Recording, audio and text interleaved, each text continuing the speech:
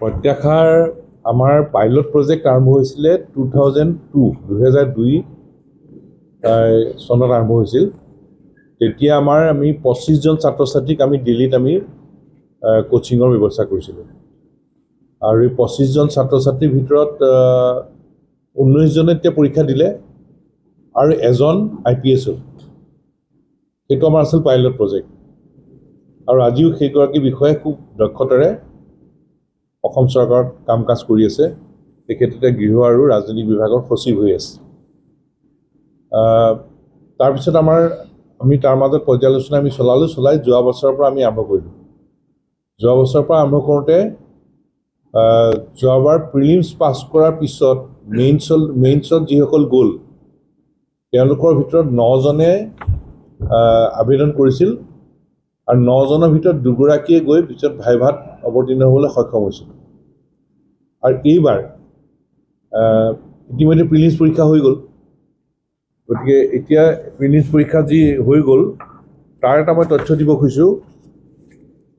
আমাৰ অসমৰ 26গৰাকী আছিল। 26গৰাকীয়ে এগৰাকীয়ে চাকৰি পালে। 25গৰাকীক আমি দিল্লীলৈ পঠিয়াইছিলোঁ কোচিঙৰ কাৰণে।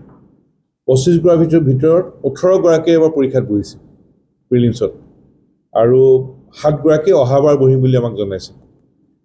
আৰু উত্তৰ পূৰ্বাঞ্চলৰ আমাৰ 13গৰাকী আছিল। 14গৰাকী এগৰাকী সম্পূৰ্ণ নকৰিলে। 13গৰাকীৰ ভিতৰত 11গৰাকীয়ে পৰীক্ষা দিছে আৰু 2গৰাকীয়ে অহাবাৰ দিব। অৰ্থাৎ এইবাৰ প্ৰিলিমছ পৰীক্ষা হৈ গ'ল। অসমৰ 25গৰাকীৰ ভিতৰত 18গৰাকী ইতিমধ্যে পৰীক্ষাত অৱতীৰ্ণ হৈছে আৰু উত্তৰ পূৰ্বাঞ্চলৰ 11গৰাকীয়ে পৰীক্ষাত অৱতীৰ্ণ হৈছে। গতিকে প্ৰিলিমছলৈকে আগবঢ়াই দিয়া গ'ল। এতিয়া আজি আমাৰ প্ৰত্যাশাৰ 2.0 আমাৰ বাছনি পৰীক্ষা চলিছে। 4টা চেণ্টাৰত হৈছে: গুৱাহাটী, শিৱসাগৰ, তেজপুৰ আৰু নতুন দিল্লী। 4টা চেণ্টাৰত আমাৰ পৰীক্ষা আৰম্ভ হৈছে আৰু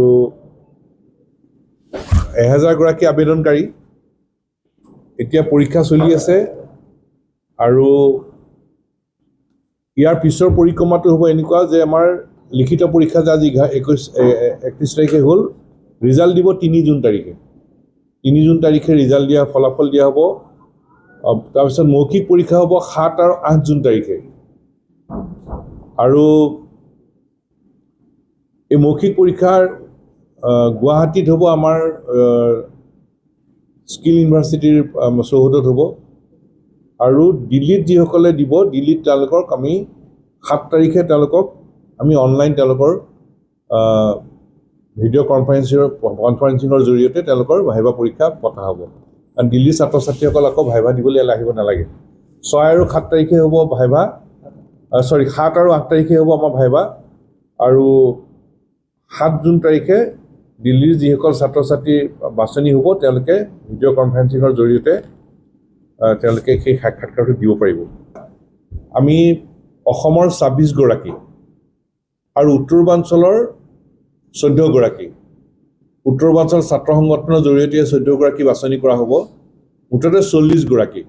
অসম আৰু উত্তৰ পূৰ্বাঞ্চলৰ 40গৰাকী ছাত্ৰ ছাত্ৰীক নতুন দিল্লীৰ ভালৰো ভাল কোচিং চেণ্টাৰত, প্ৰশিক্ষণ কেন্দ্ৰত প্ৰশিক্ষণ দিয়া হ'ব। আৰু তাত সম্পূৰ্ণ খৰচ সদৌ অসম ছাত্ৰ সন্থাৰ।